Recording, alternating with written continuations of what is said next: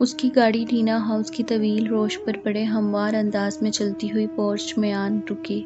اس کا خیال تھا کہ اس طلاق کے بعد ٹینا بیگم زیادہ نہ سہی چھوٹے موٹے ڈپریشن کا تو ضرور شکار ہوں گی، لیکن لاؤنج کا دروازہ کھولتے ہی اسے خوشگوار حیرت کا جھٹکا لگا۔ ٹینا بیگم سامنے رکھے کاؤچ پر بڑے مزے سے کھیرے کا ماسک سجائے لیٹی ہوئی تھی اور ان کے پارلر کی ایک ورکر بڑی دلجمعی سے ان کا مینیکیور کر رہی تھی۔ اسے دیکھتے ہی ورکر نے سلام کیا تو انہیں بھی اس کی موجودگی کا احساس ہو گیا۔ شیری، کیا کہا ڈاکٹرز نے؟ کتنے دن بینڈیج ہوگی؟ وہ اس کے لیے فکر مند تھیں، لیکن ان کی آنکھیں ابھی بھی بند تھیں۔ بس 2-4 دن اور، اس نے آہستگی سے جواب دیا۔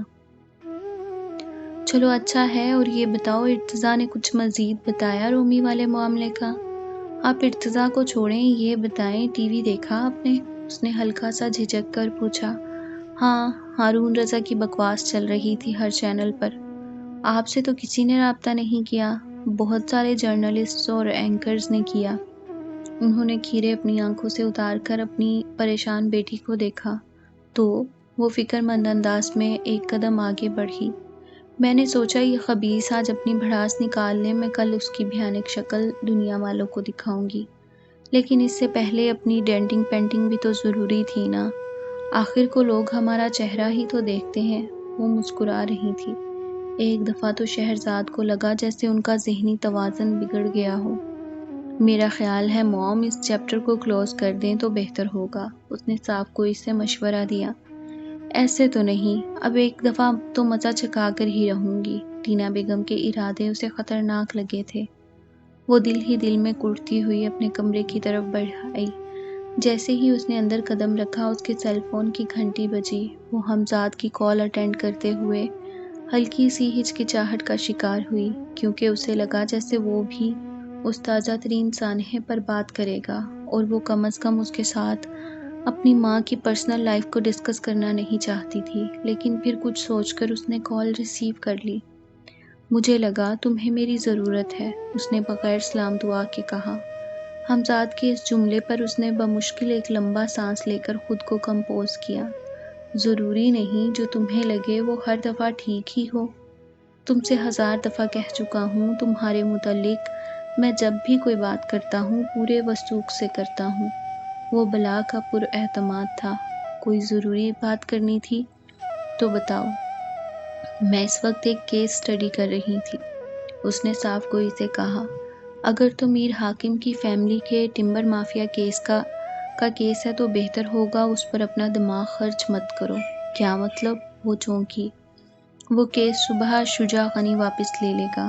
حمزاد کے منہ سے نکلنے والے اس فقرے نے اس کے پیروں کے نیچے سے زمین کھینچ لی۔ کیوں؟ تم پر کوئی تازہ وحی اتری ہے؟ اس کے لہجے میں طنز کی بلا کی کاٹ تھی۔ نہیں، آج شام تمہارے موکل کے گھر میں میر حاکم علی کے بندوں کی بارات اتری ہے۔ وہ ہلکے پھلکے انداز میں گویا ہوا۔ کیا؟ شہرزاد کے دماغ میں خطرے کی گھنٹی بجی۔ مجھے سمجھ نہیں آ رہی تم کیا کہنا چاہتے ہو۔ دیکھو شہرزاد، ہر انسان کی کوئی نہ کوئی قیمت ہوتی ہے، اور شجاع نے اپنا ضمیر 1 کروڑ میں فروخت کر دیا۔ کل تک تمہیں بھی یہ اطلاع پہنچ جائے گی۔ حمزاد کی اس اطلاع پر وہ ششدر رہ گئی۔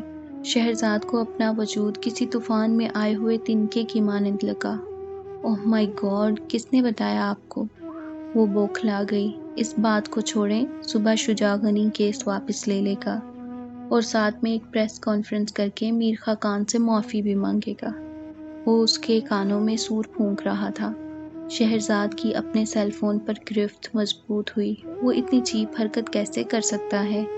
میں نے اتنی محنت کی تھی اس کیس پر۔ اسے حقیقتاً دھچکا لگا تھا۔ ہاں، تم نے اچھی کوشش کی، اور اگر شجاع غنی اپنے پیروں پر کھڑا رہتا تو ایک دفعہ تو میر فیملی کی بنیادوں کو ہلا دیتا، وہ اسے تسلی دینے کے انداز میں کہہ رہا تھا، لیکن اس کے تمام الفاظ اس قیامت کا مداوا کرنے سے قاصر تھے جس سے وہ اس وقت گزر رہی تھی۔ میں شجاع کو ایسا نہیں کرنے دوں گی، اس کی زبان پھسلی۔ جب ضمیر بک جائے تو پھر دنیا کی کوئی بات کسی پر اثر نہیں کرتی۔